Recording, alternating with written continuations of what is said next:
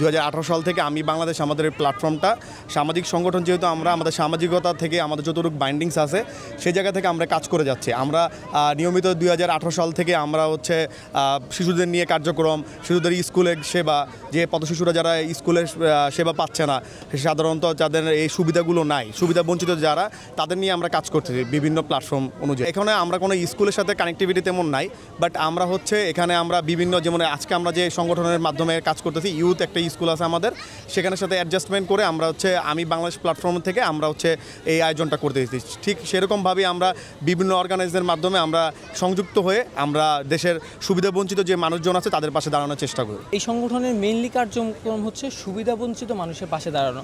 আমি যদি বলি, গত বছর ভয়াবহ বন্যাতে যেমন আমরা পাশে দাঁড়িয়েছি, আমরা ঢাকা শহরের বিভিন্ন সময় এই যে ইসলাম এরিয়াতে আমরা পথশিশুদের পাশে দাঁড়াই, এবং আমরা আমাদের খুব রিসেন্ট আমরা একটা প্রজেক্ট দাঁড় করাচ্ছি। সেটা হচ্ছে আমরা বাংলাদেশের বিভিন্ন জায়গাতে 1 বছরের মধ্যে 20,000 বৃক্ষরোপণ করব, এবং আমরা পাখিদের জন্য আবাসস্থল, যেমন যে সমস্ত জায়গায় পাখিরা বাসা বাঁধতে পারে, আমরা সেখানে পাখিদের আবাসস্থল তৈরি করে দেব।